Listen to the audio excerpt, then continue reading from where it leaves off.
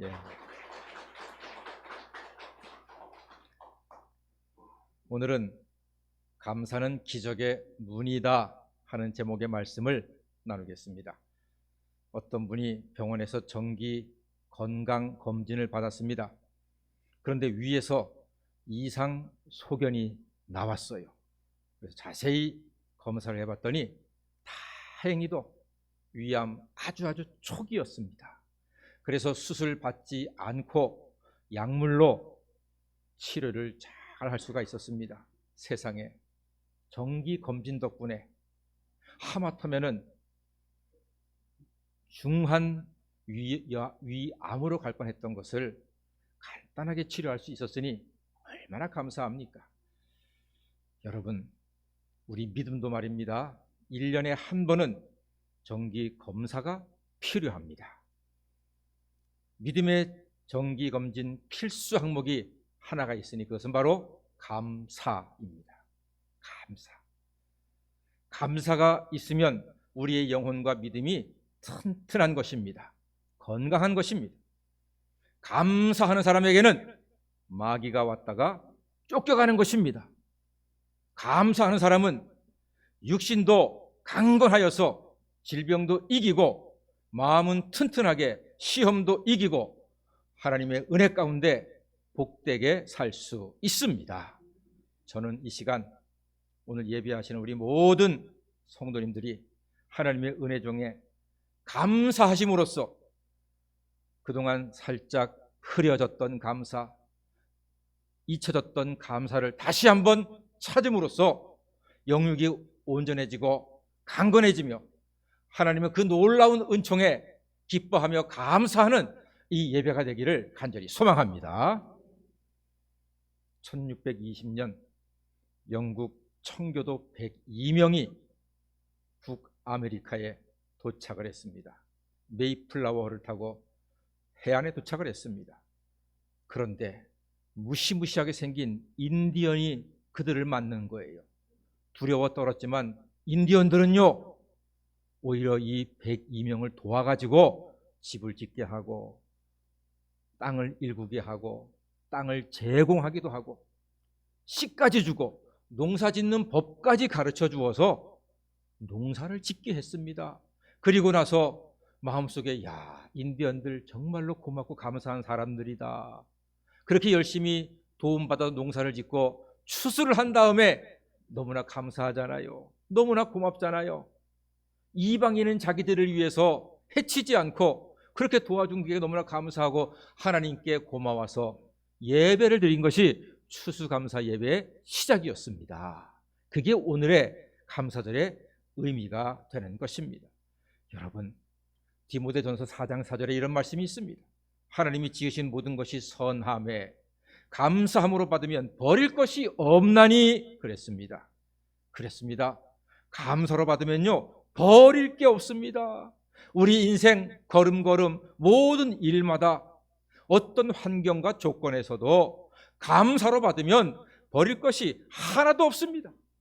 우리는 예수 믿어 죄사함 받고 구원받은 하나님의 사람들로서 범사에 감사해야만 하는 사람들입니다. 죄를 용서받아서 구원받았는데 세상에 감사하지 못할 일이 없는 겁니다. 다 같이 감사는 기적의 문이다.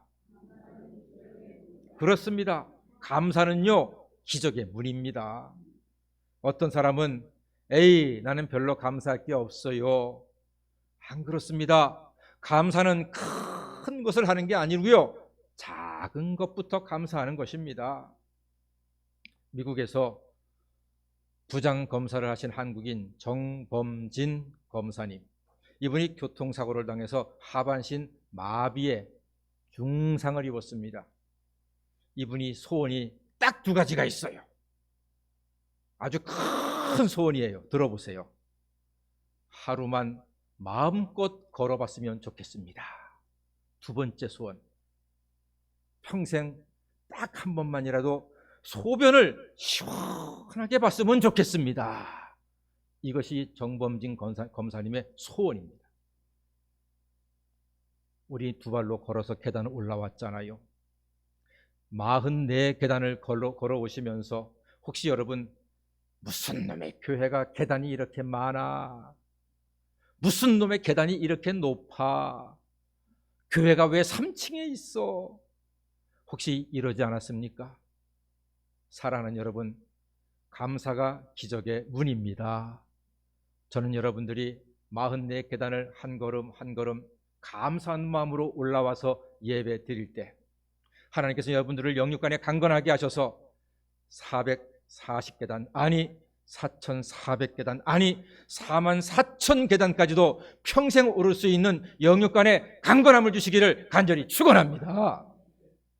감사는 작은 것부터 하는 것입니다. 걷는 것 얼마나 감사합니까?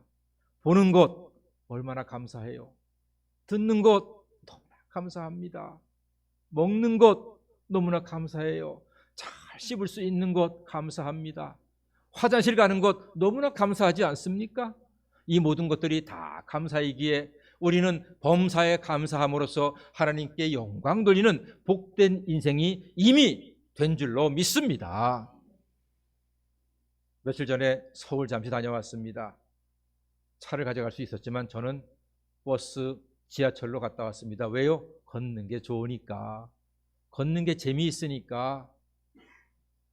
2년 반 전에 허리 수술을 할 때 걷는 할머니, 할아버지들이 너무나 부러웠습니다. 나는 10분 걸어봤자 10m, 20m 밖에 못 갔어요, 그때. 근데 할머니, 할아버지들은 꾸부정 해가지고서 가시는데 너무나 부러웠습니다. 저렇게 걷는 게 너무나 부러웠습니다. 사랑하는 여러분, 걸으실 때마다 한 걸음 한 걸음 짜증내고 불평하지 마시고 이 아름다운 세상 보시고 하늘을 보고 새소리 듣고 나무를 보시고 비가 와도 감사, 눈이 와도 감사, 바람 불어도 감사, 1년 365일 감사하며 하나님께 영광 돌리는 우리 모든 성도가 되시기를 간절히 소망합니다. 바늘과 실 같은 늘 함께하는 감사의 절친이 있으니 그것은 바로 행복입니다. 무슨 말인가 하면 불평하면은 불행이 쫓아와요. 그런데 감사하면 행복이 우리를 찾아오게 되어 있습니다. 세상은요, 돈 많으면 행복하다고 말들 하고 생각합니다. 사실이 그렇습니까? 록펠러, 여러분도 잘 아시는 록펠러, 세계 최고의 부자입니다. 지금까지도 록펠러 이상 부자가 없었지요. 33살에 백만장자가 되었고 43살에 천만장자가 되었고 53살에 억만장자가 되었습니다. 그런데 2년 뒤 55세에 불치병 판정을 받고 1년밖에 못 살겠습니다. 사형 선고를 받았습니다. 얼마나 절망스러울까요? 그 많은 돈, 그 많은 명예, 권세 다 내버려 두고 1년 뒤에는 하늘 가게 생겼습니다. 휠체어에 앉아서 병원에 다니면서 치료받습니다. 그런데 어느 날 병원 벽에 써 있는 한 글귀가 록펠러 가슴에 콱 내려앉더니 가슴이 뛰기 시작하고 마치 망치로 뒤통수를 맞은 느낌을 받았습니다. 뭐라고 써 있는고 하니 받는 것보다 주는 것이 복되다 하는 글귀가 써 있었습니다. 자기는 평생 사업하면서 받는 게 복되지 주는 게 복되다는 생각을 해본 적이 없습니다. 받아서 기쁨을 얻었지 주어서 기쁨을 얻은 적이 없습니다. 그런데 받는 것보다 주는 것이 복되다 하는 그 말이 너무나 충격적이었습니다. 그리고 또 생각하고 또 생각합니다. 나는 지금까지 받으며 살아왔는데 받는 게 행복이라고 지금까지 살아왔는데 주는 게 행복이란 말인가?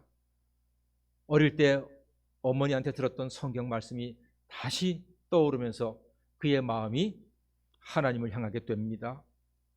그리고요, 사람들이 보이기 시작하는 거예요.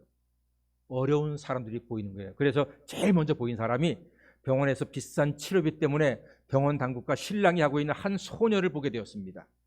그래서 그 소녀의 모든 치료비를 록펠러가 다 지불합니다. 물론 록펠러에게는 껌값도 안 되는 아주 사소한 돈이지만 소녀가 그 돈을 받고 치료를 잘하고 너무나 기쁘고 행복하게 그의 육신이 회복되어지고 록펠러에게 감사하는 것을 그가 봤을 때 마음에서는 한없는 기쁨과 행복이 솟아나는 거예요. 마음이 뜨거워지는 거예요.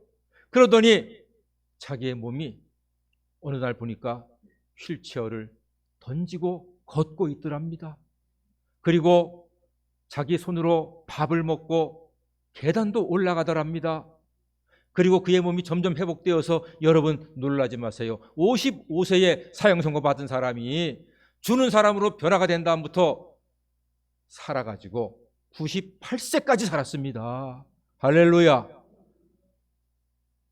주는 사람이, 나누는 사람이, 베푸는 사람이 더 하나님께 감사하게 되고, 그 감사를 배운 다음에 그는 육신도 새롭게 되고 강건하게 되는 기적 같은 역사를 경험하게 되었습니다. 다 같이 감사는 기적의 문이다. 그렇습니다. 감사는 기적의 문입니다.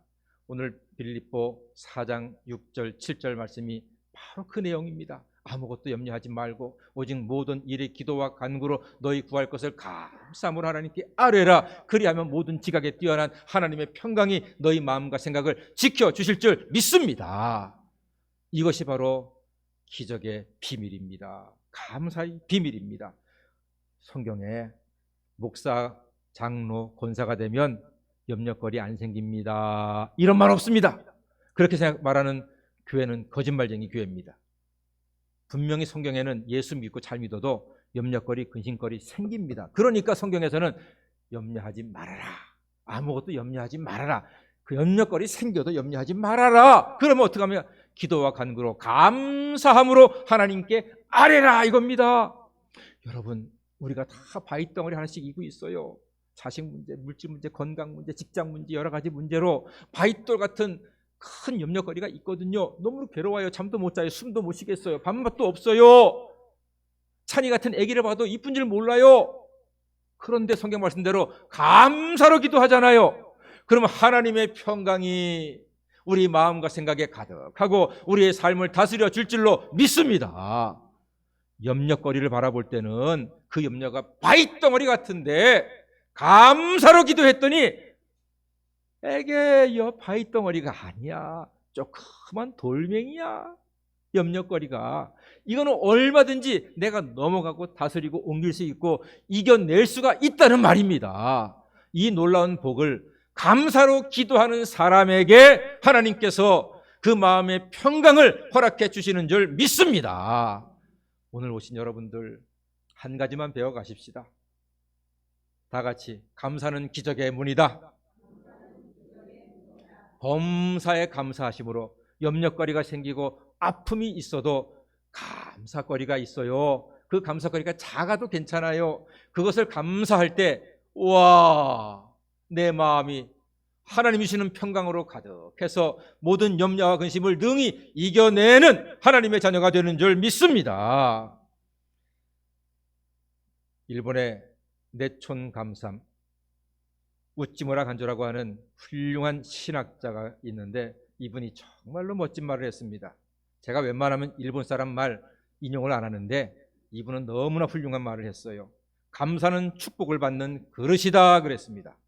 감사는 축복을 받는 그릇이랍니다. 그러니까 감사가 작잖아요. 그러면 축복도 조금밖에 못 받아. 감사가 크면은 하나님께서 주시는 축복도 풍성하게, 넉넉하게, 풍족하게 받고 누리게 되는 줄 믿습니다. 그게 바로 범사의 감사예요. 사랑하는 성국교회 성도 여러분, 어디에 있든지 무엇을 하든 어떤 근심거리가 있든 어떤 환경에 있든 어떤 조건에 있든 여러분 불평과 원망은 예수 이름으로 다 물리치시고 범사에 감사함으로써 감사가 기적의 문인 것을 체험하시는 하나님의 자녀, 늘 승리하시는 하나님의 자녀가 되시기를 주의 이름으로 간절히 축원합니다. 아멘. 기도하겠습니다. 사랑의 주님, 저희들이 코로나도 이겨내고 세상의 많은 어려움도 이겨낼 수 있도록 여기까지 도와주셔서 감사드리옵나이다. 언제나 범사에 감사하여 하나님의 기적을 맛보는 하나님의 기도의 자녀가 되게 하여 주시옵소서. 예수님의 이름으로 기도드립니다. 아멘.